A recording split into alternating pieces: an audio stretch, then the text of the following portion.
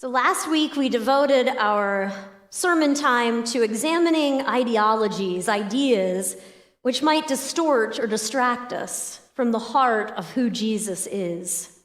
We ended that message with a reminder that we don't want to be defined by what we oppose, but rather by who we are, what we believe.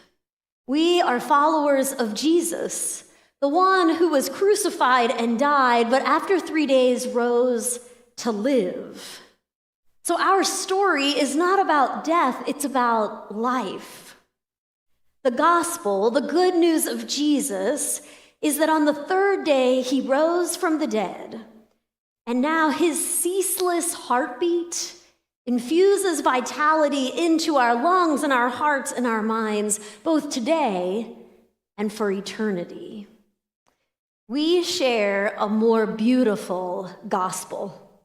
Good news for all people, not just a privileged few. Good news for the whole person, not just a disembodied soul. We are not just waiting for our ride to heaven to escape this miserable life, but we are invited to live abundant lives today.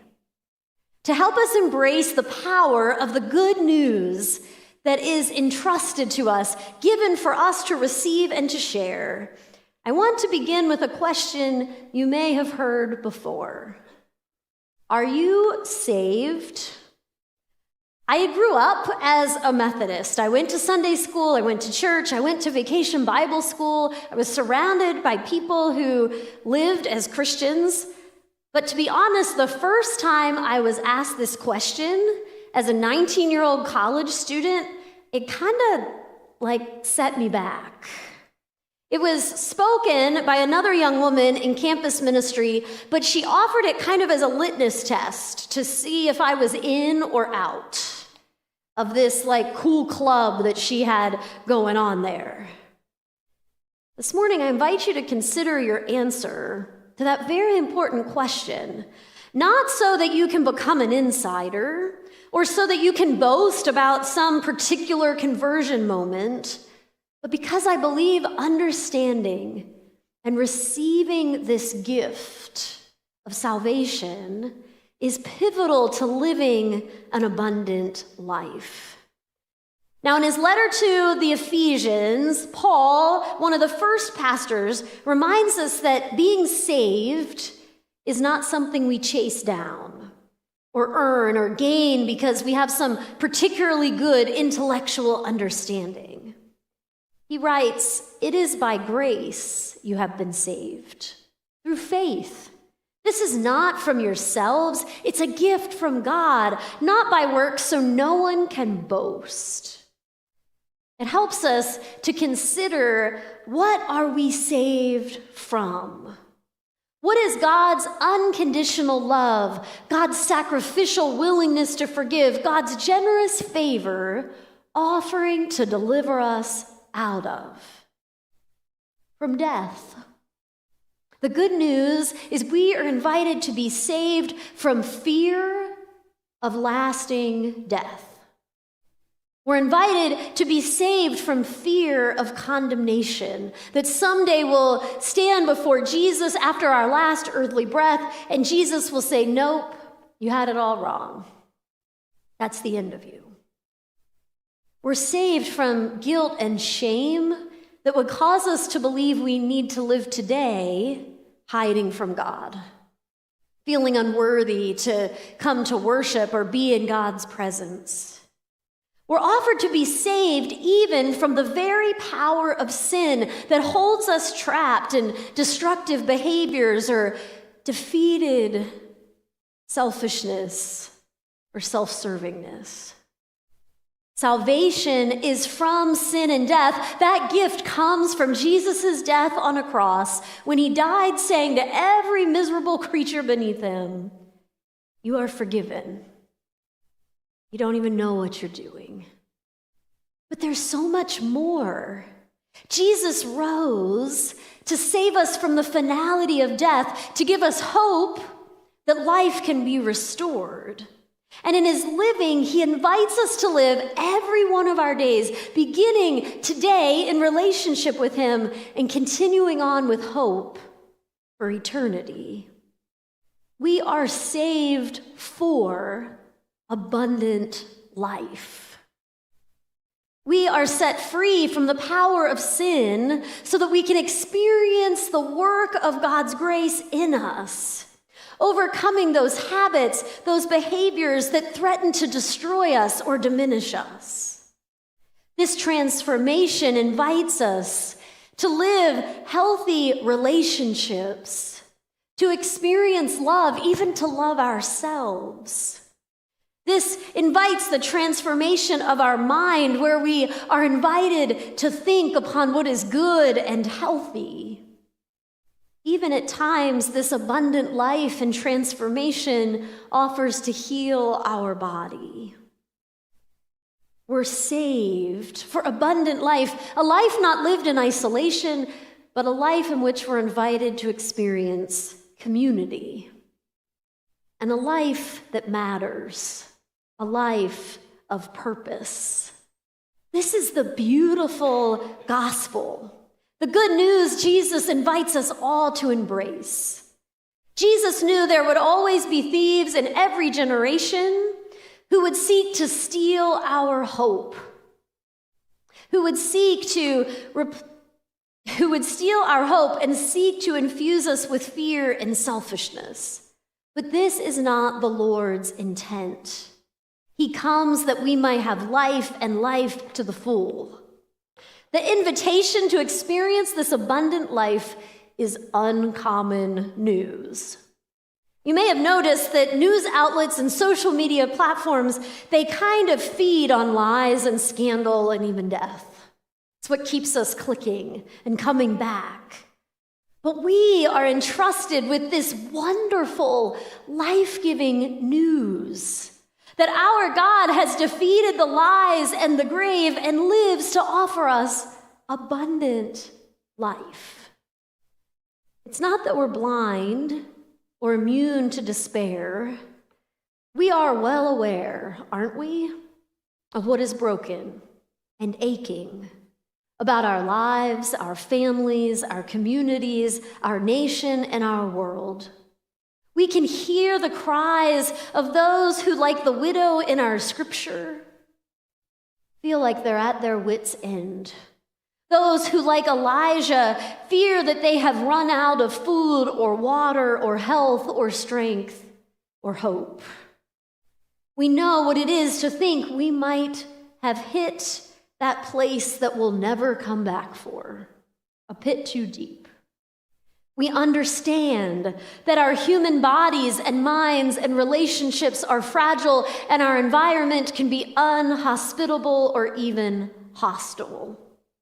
We know that at times the brook and our hope will run dry. We know, and we understand despair. And we dare to hope, in light of the gospel, the good news of who Jesus is, that God offers to transform our despair into abundant life. God offers to transform, to work in and through our despair so that we can live. But how?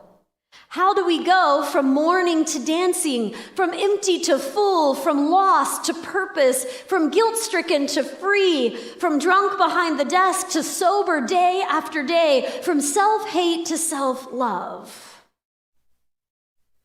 Well, this is why I didn't understand the question at first. Are you saved? Because the one asking presumed that it was a light switch. That if you receive the grace of God, then all would be well. Has that been your experience, church? It was asked by one who noticed that a few things in my young life were not perfect yet. If she came to visit, she would know that things in my life are not perfect still. As Methodists, we understand that salvation is a gift which some receive jumping into the ocean.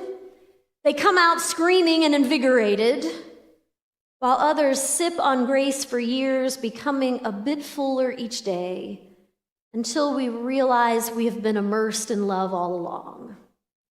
In either case, that salvation from death to life, from sin to freedom, from guilt to forgiveness, from a defeated lifestyle to one that is overcoming, that happens one moment at a time, taking one day at a time, trusting that God can make all things new.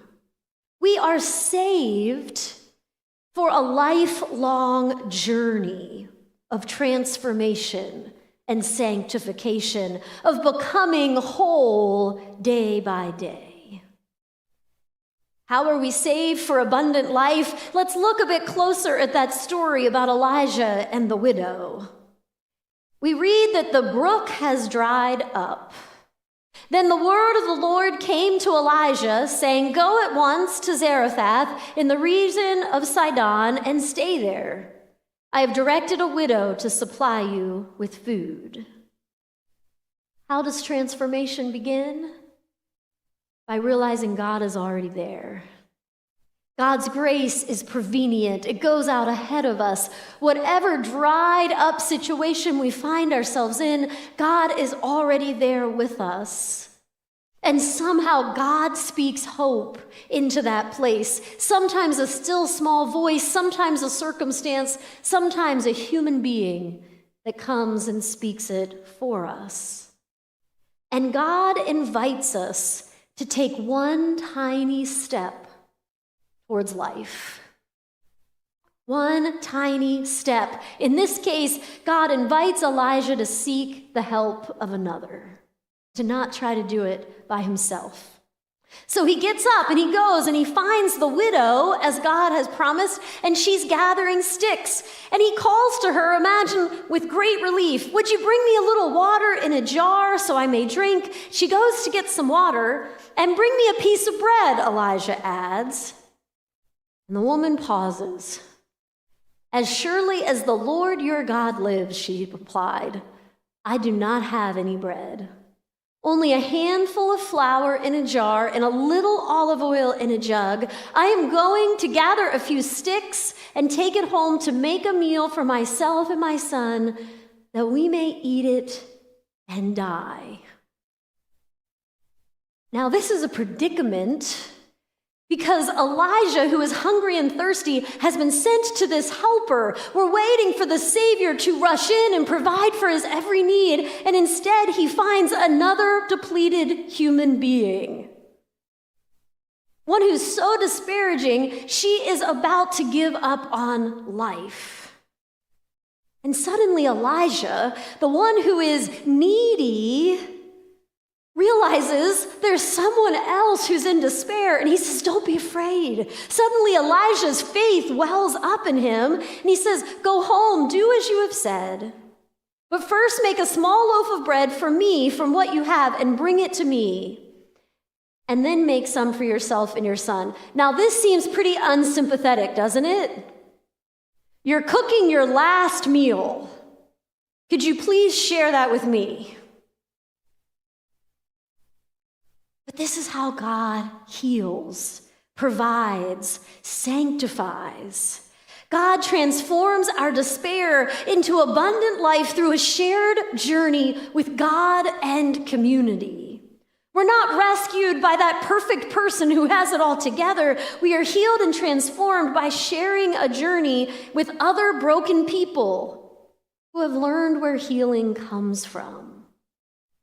One of our favorite quotes here at Wesley is, "We are all beggars telling other beggars where the good bread is."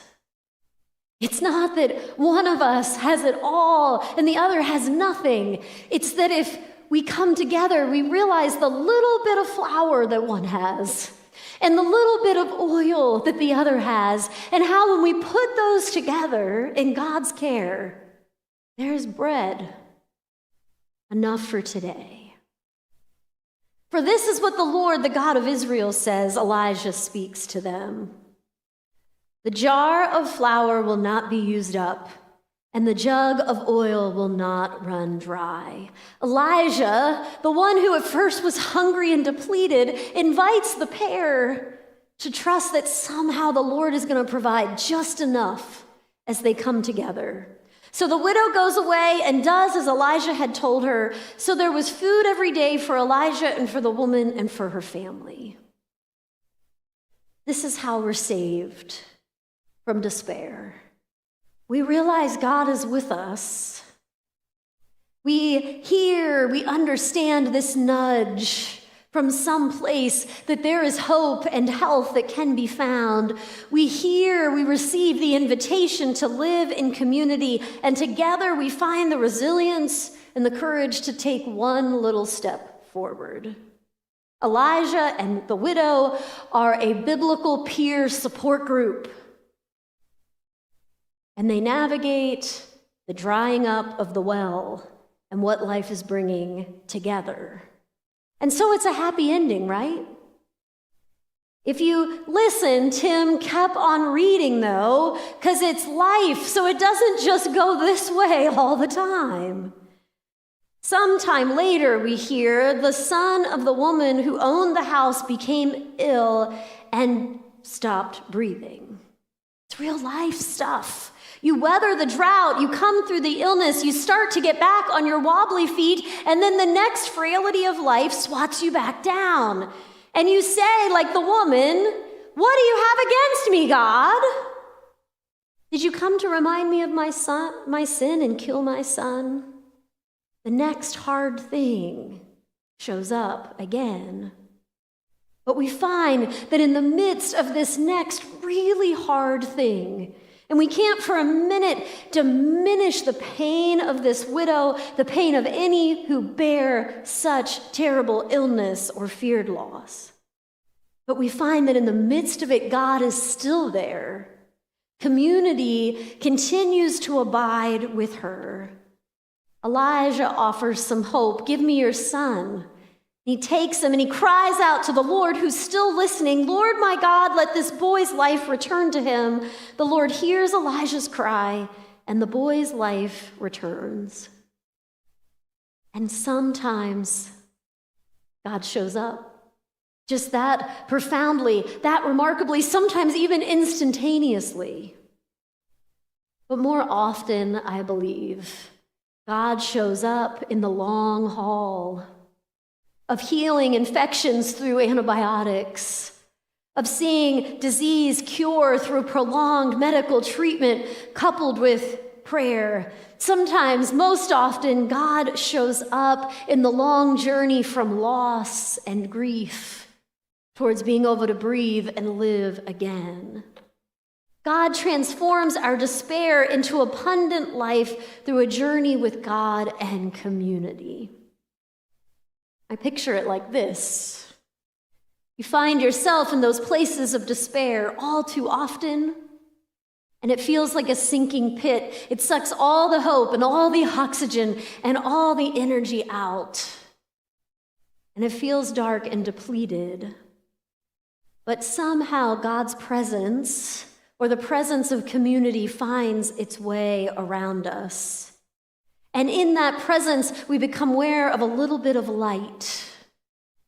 And if we are willing, we'll reach up just a finger, just a bit of a hand, so that another human being, or perhaps it's God's self, begins to lift us.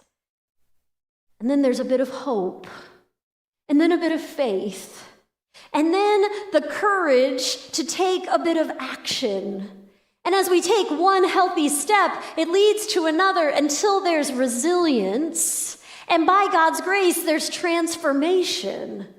Those habits that have previously defeated us begin to be overcome through community and courage, and one healthy step after the other. Those things that have caused us to despise ourselves begin to be transformed, begin to be healed, begin sometimes to be changed, so that we can find ourselves as loved and lovable and lovely. This is how God works from despair to abundant life. I'm really grateful to be in a place where we have a ministry entirely devoted to this work.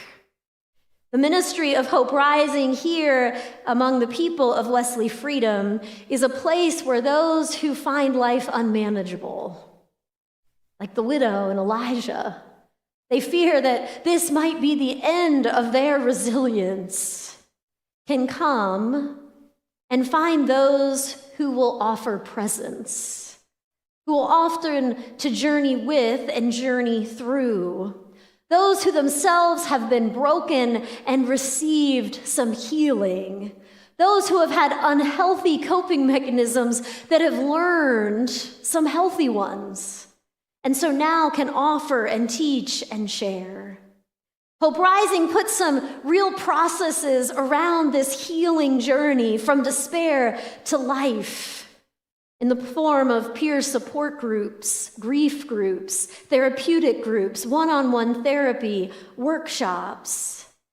Dozens, even hundreds of lives are profoundly changed, not through aha moments, as much as that slow, steady work, one moment at a time, of taking the next right step, because you're surrounded by those who give you courage. But it's not just Hope Rising. I want to carefully speak into our hearing Wesley Freedom Church, that this is about what we do through all that we do. We're intentionally naming abundant health as one of our guiding values. Our prayer is that persons who are exposed to the grace of God through our presence, through our voice, through our spaces or our ministries, will be moved towards wholeness in mind and body and spirit. It's the work of South Carroll Food Pantry, who from the beginning until this day has continued to evolve from cans of peas full of salt to broccoli.